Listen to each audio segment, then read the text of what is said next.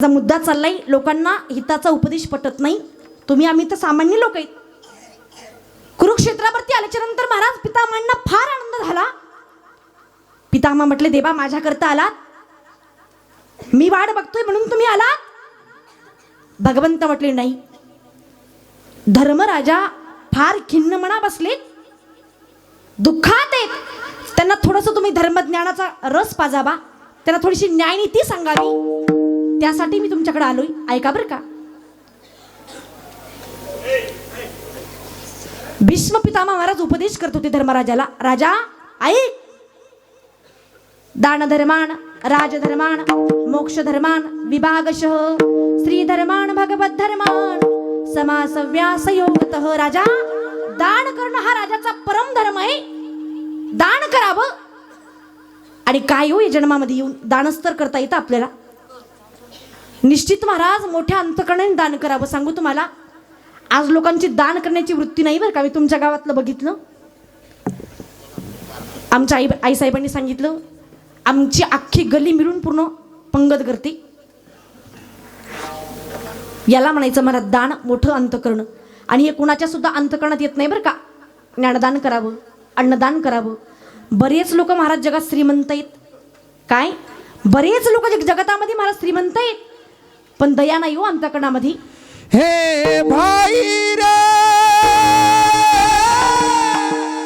सब पैसे के भाई, भाई रे, सब पैसे के भाई, भाई रे, सब पैसे के भाई, भाई रे, सब पैसे के हो, भाई रे, सब पैसे के भाई, भाई रे,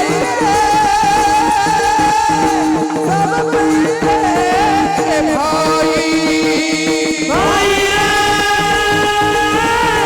सब पैसे के भाई, भाई रे,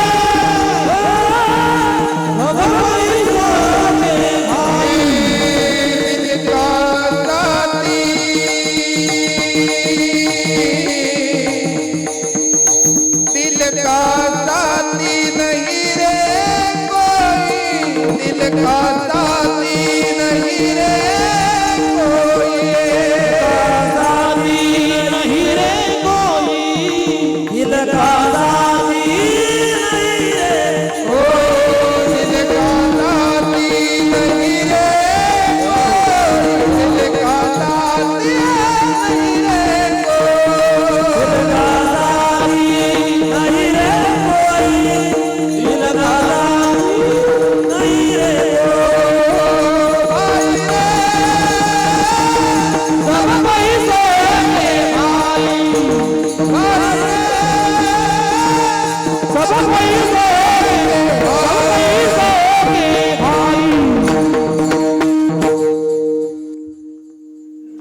कडाकून टाळाय झालं पाहिजे एकदा. आणि एखादं जर प्रमाण आवडत असेल, एखादं जर वाक्य आवडलं महाराज, निश्चित हृदयापासून टाळी वाजली पाहिजे बरं का. वाजवायची असतील तर वाजवा टाळ्या, नाहीतर तुमच्या डोक्यात पडतील बघा आळ्या. लोक महाराज फक्त पैशाला किंमत देणार आहेत बरं का. ज्याच्याकडे फार मोठं पद आहे, प्रतिष्ठा आहे, लोक आज त्याचा सन्मान करतात महाराज, त्याचा आदर करतात. पण माझे ज्ञानोबा आहेत, ज्ञानेश्वरीमध्ये सांगतात, दया कुणाच्या सुद्धा हृदयात नाही हो. जेत संपत्ती आणि दया दोन्ही वसती एके ठाया, ती विभूती माझी धनंजया निरंतर. ज्या ठिकाणी महाराज संपत्ती आहे आणि त्या संपत्ती असणाऱ्या माणसाजवळ दया आहे, दान कर्म जो करतो, त्या ठिकाणी माझा वास आहे, माझा वास. पण हे फार कमी त्या ठिकाणी महाराज आढळून येतो. राजा दान धर्मान, राजधर्मान, मोक्ष धर्मान, विभागशः. आणि शेवटी सांगितलं महाराज, राजा स्त्री धर्मान. राज्यामध्ये जर एखाद्या स्त्रीवरती जर अन्याय अत्याचार जर होत असेल, तर तो राजाने उघड्या डोळ्यांनी पाहू नये. असा सुंदर उपदेश चालू असताना महाराज द्रौपदी मधामध्ये खुदकून हसली. पितामहांचं लक्ष द्रौपदीकडे गेलं. का ग द्रौपदी, मी धर्मराजाला उपदेश करतोय आणि मधामध्येच तू हसली. तुझ्या हसण्याचं कारण मला कळलं पाहिजे. का बरं हसली तू? द्रौपदी म्हटली, पितामह जाऊ द्या ना, रात गई बात गई, कशाला मागच्या गोष्टी उकरून काढायच्या. सहज हसली म्हणे. पण पितामह म्हटले, द्रौपदी माझ्या घराण्याची कुलवधू कधीच विनाकारण हसू शकत नाही. तुझ्या हसण्याचं कारण मला कळलं पाहिजे, सांग का बरं हसली तू? द्रौपदी म्हटली, पितामह जाऊ द्या ना, कशाला माग उकिरडे उकडायला सांगताय. वारकाचा जर किती जरी उकिरडा उकरला तर काय निघणार आहे? सोनं केस ना का? म्हटलं सोनं केसच निघणारे. पितामह जाऊ द्या ना. पण पितामह म्हटले, द्रौपदी तुझ्या हसण्याचं कारण मला कळलं पाहिजे, बोल का हसली तू? त्यावेळेस महाराज द्रौपदी म्हटले, पितामह तुम्हाला माझ्या हसण्याचं कारण ऐकायचंय तर ऐका ना. द्रौपदीची महाराज ओठ रागाने लाल बुंद हले, डोळे महाराज रागाने फडफडायला लागली आणि द्रौपदी बोलते, पितामह काय सुंदर तुमचा उपदेश चालू हो धर्मराजाला. स्त्री धर्मानं म्हणतायत, राज्यामध्ये एखाद्या जर स्त्रीवरती जर अन्याय जर होत असेल तर तो राजाने उघड्या डोळ्याने पाहू नये. काय सुंदर उपदेश चाललाय हो तुमचा. पण मला मग सांगा ना पितामह, ज्यावेळेस तो दुर्योधन, तो दुःशासन मला निवस्त्र करण्याचा प्रयत्न करत होता, त्यावेळेस तुम्ही सभेमध्ये नव्हतात का? का तेव्हा तुम्हाला हा श्लोक पाठ नव्हता? कुठं गेली तू तुमची न्यायनीती? कुठं गेला होता तुमचा धर्म? सांगा ना.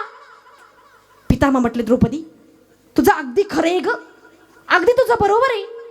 पण ऐक ना, त्यावेळेस मी अन्न दुर्योधनाचं खाल्लं होतं आणि संगतीही दुर्योधनाची केली होती. उपदेश चांगल्याला पचत नाही महाराज. तसं तुकोबा, ओ महाराज तुम्ही उपदेश करताय पण लोकांना पटला पाहिजे ना. तुम्हाला कोणी विचारलं सुद्धा नाही आणि तुम्ही सहज सांगताय. बघा महाराज म्हटली हिताचा आहे म्हणून सांगतोय. शास्त्र असं सांगतं काही काही गोष्टी महाराज विचारल्या नाही तरी सुद्धा सांगावेत. एखादा अंध व्यक्ती महाराज रस्त्याने येत असावा, ऐका बरं का, शास्त्र कुठेही लावू नये महाराज. एखादा अंध व्यक्ती समोरून येत असावा आणि समोर गड्डा असावा, मग तेव्हा इकडे जोडायचं का? विचारल्याशिवाय सांगू नये म्हणून पडू द्यायचं का त्या अंध माणसाला गड्ड्यामध्ये? मग हाताला धरायचं आणि बाजूला करायचं. विचारलं नाही तरी सांगावं. महाराज म्हटले, मला विचारलं नाही तरी मी सांगेन का? मला तुमचा कळवळा येतोय. माझा अवतारात त्याच्यासाठी जगाच्या कल्याणा संतांच्या विभूती देह कष्टविती परोपकारी ब्रह्ममूर्ती संत जगी अवतरले उद्धाराया आणि दीनजना.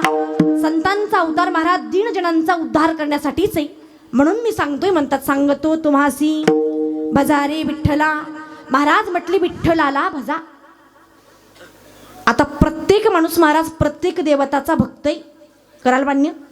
कोणी रामाचा भक्त असेल, कोणी हनुमंतजींचा भक्त असेल, कोणी महाराज गणेशाचा भक्त असेल, कोणी शिवजींचा भक्त असेल. लोक म्हटले महाराज तुम्ही सांगताय हिताचं सांगताय म्हणून ऐकतोय बरं का, पण तुम्ही पुढचं काय बोलताय? विठ्ठलाला भजा. आम्ही प्रभू रामचंद्रजींचे भक्त आहेत, आम्ही गणेशाचे भक्त आहेत, आम्ही भगवान विष्णूचे भक्त आहेत, आम्ही विठ्ठलाला का भजू? महाराज म्हटले बाबांनो, विठ्ठल शब्दाचा जर विग्रह केला, वी म्हणजे विधाता ब्रह्मदेव, ठ म्हणजे नीलकंठ भगवान शंकर आणि ल म्हणजे लक्ष्मीकांत. हे तिन्ही वेगळे नाही. आणि तुम्ही हरिहराचा भेद करू नका. हरिहरा भेद नाही नका करू वाद. एकमेकाचे हृदय गोडी साखरेच्या ठाई. सरळ सरळ सांगू का प्रमाणामध्ये तुम्हाला? भगवान शिवजी आणि भगवान विष्णू कसे वेगळे नाहीत.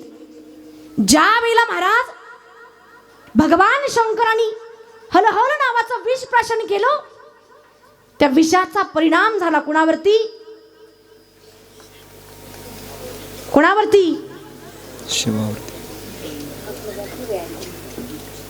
कोणावरती? भगवान शंकरानं हलहल नावाचं विष प्राशन केलं, त्याचा परिणाम होतो महाराज तेने विष्णू झाला निळा. ऐका बरं का. आता भगवान विष्णू परमात्म्याने उलट ऐका, अमृत प्राशन केलं, नारायणे सेविले अमृत, तेने श्वेत झाला महादेव. भगवान शंकराचा रंग कसा आहे रे? कसा रंग आहे भगवान शंकराचा? मला सर्वांकडून उत्तर अपेक्षित आहे बरं का. भगवान शंकराचा रंग कसा आहे? काय? निळा? निळा म्हणताय तुम्ही? सावळा? जांभळा. कुठं चित्रावर बघू नका. काय चाललंय? श्वेतेत महाराज. श्वेत. श्वेत म्हणजे पांढरा. कर्पूर गौरम करुणावतारम संसार सारम भुजगेंद्र हारम. कर्पूर कापराचा जसा रंग महाराज पांढरा आहे ना, तसे माझे भगवान शंकर पांढरे. तो कर्पूर गौरम. चित्राकडे बघून महाराज छबी हृदयात प्रगट करू नका. काय ऐकतोय आपण महापुराणामध्ये, शिव महापुराणामध्ये? आपला विषय चालला होता महाराज. लोक म्हटले महाराज ठीक आहे, तुम्ही पटवून दिल्याच्या नंतर आम्ही विठ्ठलाला भजू, पण फायदा काय आहे सांगा ना. त्याचा फायदा महाराज अभंगाच्या द्वितीच्या करिता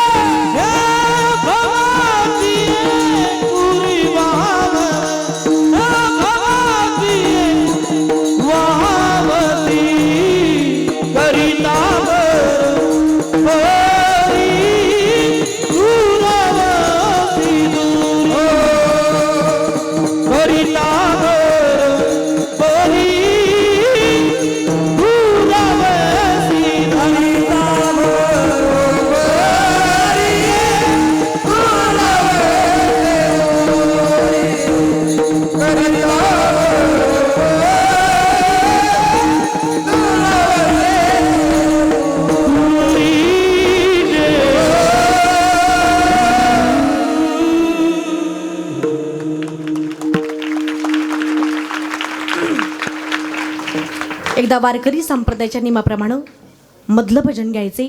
ज्यांना भगवान परमात्म्याने 2 हात दिलेत त्यांनी एकदम सरळ हात वर घ्या. एकदम सरळा. अरे वा. ओट्यावर बसलेले, कट्ट्यावर बसलेले, पाठीमागं बसलेले गावातली जावाई आहेत का? म्हणजे तसं नाही बरं का तुमच्या गावामध्ये देणं घेणं चालतं म्हणून म्हणते मी. नाही ना. 1 मिनिट सर्वांनी एक टाळी आणि मुखाने भगवंताचं नामचिंतन. विठोबा रखुमाई,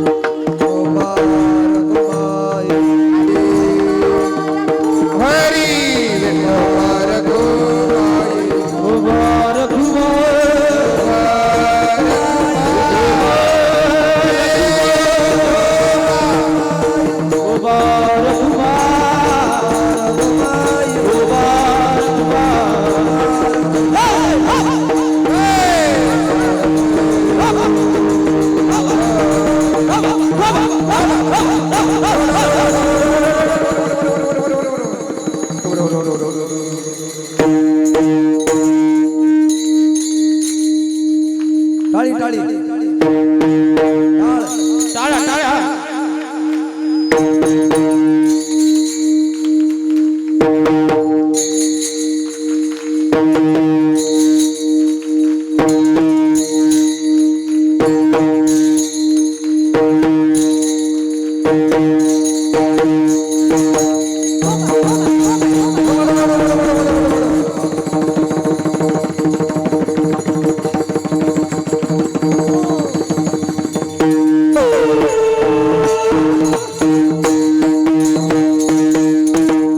घ्या खाली.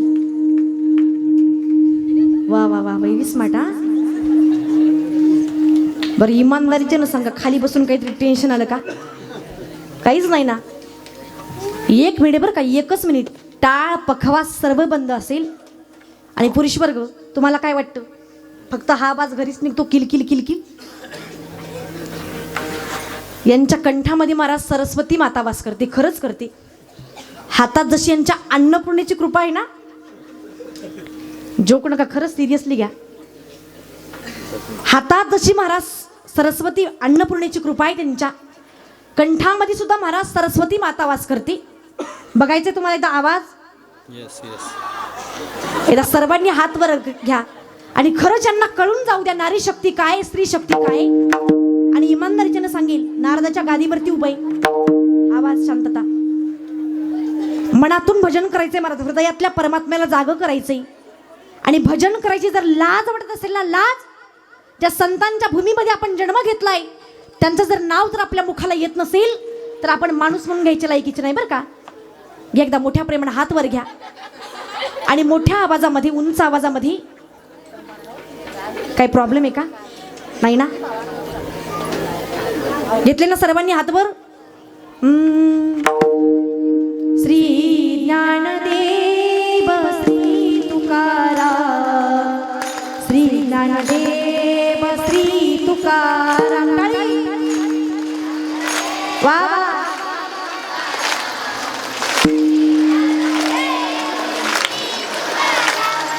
श्री ज्ञानदेव श्री तुकाराम, श्री ज्ञानदेव श्री तुकाराम. पाठीमागचा आवाज येत नाही. वा वा वा वा. श्री ज्ञानदेव श्री तुकाराम,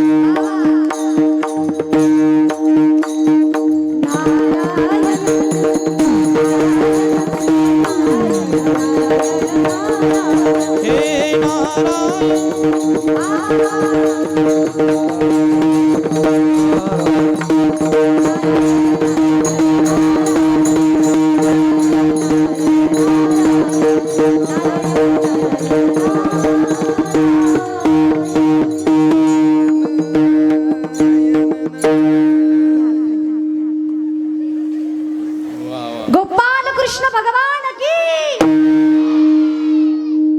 याला म्हणतात महाराज आनंद. वा. काय आनंद.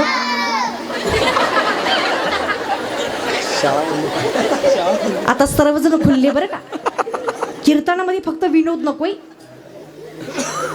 कीर्तन चांग होय अंग हरिरूप. अरे विनोद घरी पडले ना मोबाईल वरती पाहिजे ते महाराज आपण ऐकू शकतो. पण खरं सांगू कीर्तन महाराज भगवत प्राप्तीचं साधन सांगितलं. कलो केशव हरी कीर्तनात काय झालं पाहिजे. कीर्तनामध्ये नामस्मरण घडलं पाहिजे. महाराज म्हटले करिता भरोभरी दुरावशी दुरी. तुम्ही संसारात राहता येणारे जेवढी संसाराची भरोभरी करसाल तेवढी देवापासून दूर पळसाल. आवाज नकोय बरं का मला. फक्त 15 मिनिटं माझ्याकडे. मी बोलू का तुम्ही बोलताय.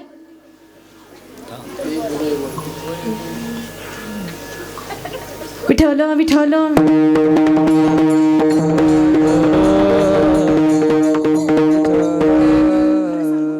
माणसाला सोबत काही न्यायचं नाही. तुम्हाला एकाच वाक्यात सांगेन मी. काही सोबत न्यायचं नाही महाराज. रिकाम्या हाताने आलोय आणि रिकाम्या हातानेच जावं लागणार आहे.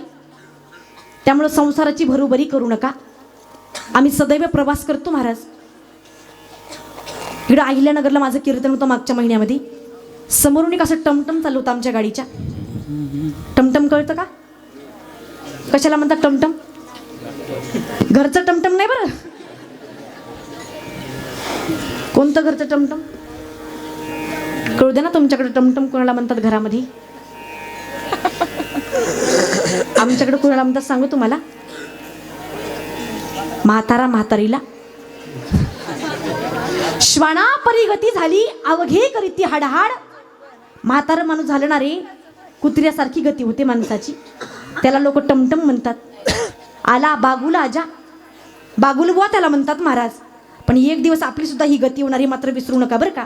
देह जाईल देह जाईल देह जाईल देह जाईल देह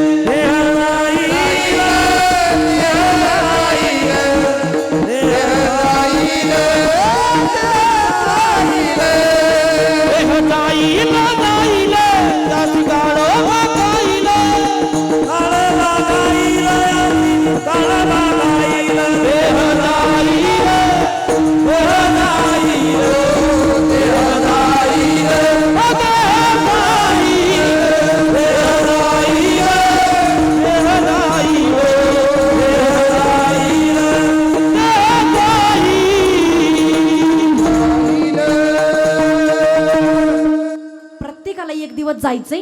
त्या टमटमवरती असं एक हृदयस्पर्शी वाक्य लिहिलं होतं बरं का. ते वाचून महाराज हृदयामध्ये खरंच काहीतरी स्फूर्तता निर्माण झाली. काहीतरी महाराज बोध मिळाला. त्या रिक्षावरती त्या टमटमवरती पाठीमागून असं लिहिलं होतं. ऐकताय ना सर्वजण. त्या रिक्षावरती असं लिहिलं होतं चल चल चल मैं तुम्हें मंजिल तक पहुंचा दूंगी. चल चल चल मैं तुम्हें मंजिल तक पहुंचा दूंगी. अगर नजर हटी ना तो मिट्टी में मिला दूंगी. मिट्टी में मिला दूंगी. एक दिवस महाराजा शरीराची माती होणार आहे. काही सोबत न्यायचं नाही. काहीच नाही. तुमचा अहंकार तुमचा मान तुमचा पैसा तुमचे सगळे सोयरे महाराज इथेच राहणार आहेत. आणि एकटा आलाय आणि एकट्याला जावं लागणार आहे. अजिबात संसाराची बरोबरी करू नका. काय हाव लागली हो आमच्या माता माऊलींना संसाराची सोन्याची. घेतलं का यावर्षी संक्रांतीला सोनं घेतलं. महाग झालं. काय घेता मग यावर्षी आता. चांदी सुद्धा नाही महाराज घ्यायचं लागत. आता फक्त ब्रँडेड दागिना. कोणता. बेंटेक्स. ऐका बरं का. अशी एक एवढी हावरी बाई होती महाराज. मी बरोबरी सांगते संसाराची. तिला एवढी महाराज नटायची हाऊस एवढी नटायची हाऊस. कमी वयात लग्न झालं आणि सर्व संसाराचा व्याप महाराज नवऱ्यावरती पडला बरं का. बहिणीचं लग्न सर्व घरातला व्यवहार वडिलांनी त्याच्याकडे लावून दिला आणि कमी वयामध्ये महाराज सर्व लोड तिच्या डोक्यावरती पडला. आता खरं सांगा पुरुष वर्ग संसारामध्ये धावाधाव जास्त कोणाला असते बरं का? तुम्हाला असते का महिला मंडळांना असते? सर्वात जास्त टेन्शन संसारामध्ये कुणाला असतं? पटापटा बोला. काय म्हणतोय बघा या? खरं सांगू तुम्हाला, आपल्याला फक्त करून खाऊ घालायचं.